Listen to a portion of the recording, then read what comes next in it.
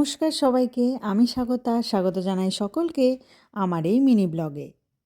প্রথমে দৃশ্যটা দেখে বুঝতেই পাচ্ছেন এটা বিচে চলছিল, যেগুলো ছোট ছোট ক্লিপিং আমি আগেই রিলস হিসাবে আপলোড করে দিয়েছি। তবে বিচে ঘোরাঘুরির আগে কি করলাম সেটাই দেখাবো। আগের মিনি ব্লগটাই শেয়ার করেছিলাম সমুদ্রে গিয়ে বোটিংটা, তো সেটা এক্সপিরিয়েন্স তো খুবই ভালো ছিল। এরপর আমাদেরকে এই একটা স্টোরে নিয়ে আসা হয়েছিল, যেখানে বিভিন্ন ধরনের কফি, মোমবাতি দেখতেই পাচ্ছেন, আর বিভিন্ন ধরনের পারফিউম, পার্লের জিনিসপত্র এইসব ছিল। যে যার পছন্দ মতো এখান থেকে কেনাকাটি করতে পারে। তো রিজনেবল প্রাইসেই ছিল, বেশ ভালো স্টোরগুলো। কেনাকাটি দূরে থাক, দেখেই কিন্তু ভালো লাগছিল, ঘুরে ঘুরে বেশ দেখলাম। বলুন তো এখন কটা বাজে? 7টা বাজে। এখানে সন্ধেটা কিন্তু একটু দেরিতে হয়, বলেছিলাম না? সকালবেলা আলো ফুটতে কিন্তু একটু সময় লাগে। আমরা এখানে একটু কফি খাওয়ার জন্য বসেছিলাম। ছেলে বদমাইশি করলেও কিন্তু এখনও ঘুমিয়ে গেছে। এটাতে কিন্তু পুরোটাই ও ঘুমিয়ে গেছে, ওকে রীতিমতো জাগিয়ে নিয়ে কফিটা খাওয়ানো হলো। দিয়ে এরপর আমরা লোকাল মার্কেটে ঘুরতে বেরোলাম। তো আমাদেরকে ওখান থেকে বলা হলো যে সামনেই একটা বিচ আছে, আপনারা চাইলে সেখানে যেতে পারেন। তো প্রথমে ভাবছিলাম যে বিচে গিয়ে কি করব, তো চলুন বিচে গিয়ে কি করি সেটাই দেখাবো। আমরা প্রত্যেকেই কিন্তু খুবই ক্লান্ত হয়ে গেছিলাম, তবে কফিটা খেয়ে বেশ এনার্জি চলে এসছে।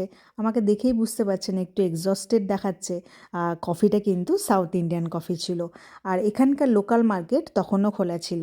লঙ্কাভিতে আগের ভিডিওতে আমি বলেছি যে 5টার মধ্যে সব বন্ধ হয়ে যায়, কিন্তু কিছু কিছু স্পেসিফিক এরিয়া আছে সেইখানে কিন্তু বেশ সুন্দর করে মার্কেটিং করা যাবে, মানে অনেক সন্ধে অবধি বা বলা যেতে পারে রাত্রি অবধি স্টোরগুলো খোলা থাকে।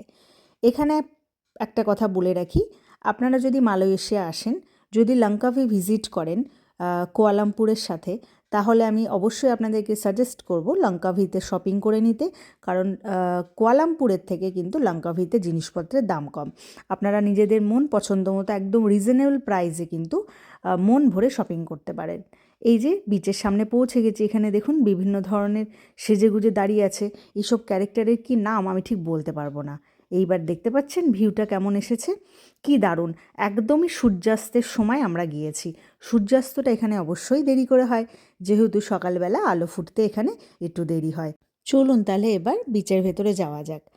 এখানে জানেন তো একদম পিকচার পারফেক্ট স্পট।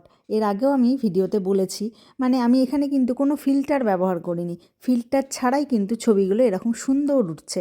যেখানেই দাঁড়াচ্ছি এত ভালোভাবে ছবি আসছে যে মন ভরে মনে হচ্ছে আরও ছবি তুলি। কিন্তু কে ছবি তুলে দেবে? যে ছবি তুলে দেবে সে তো বিরক্ত হয়ে ফোন ফেলে দিয়ে পালিয়ে যাবে। এই যে দেখতে পাচ্ছেন এখানে না সাদা সাদা বালি, একদম বালির ভেতরে পা ঢুকে যাচ্ছে।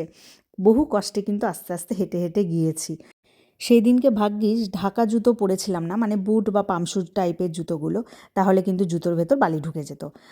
হাওয়াই চপ্পলের মতো জুতোগুলো পরেছিলাম বলেই বেশ সুবিধা হয়েছে। এই দেখুন এখানে সবাই কিন্তু ফায়ার শোটা দেখছে। এই গদি মোড়া সোফাগুলোতে সবাই বেশ বসে আছে আর এনজয় করছে। সম্ভবত এখানে শোটা হয়তো আগে থেকে টিকিট কাটতে হয়েছে বা কিছুর ব্যবস্থা করা হয়েছে, সেটা আমি ঠিক জানি না। তবে আমরা তো দেখে নিলাম, বেশ ভালোই লাগলো।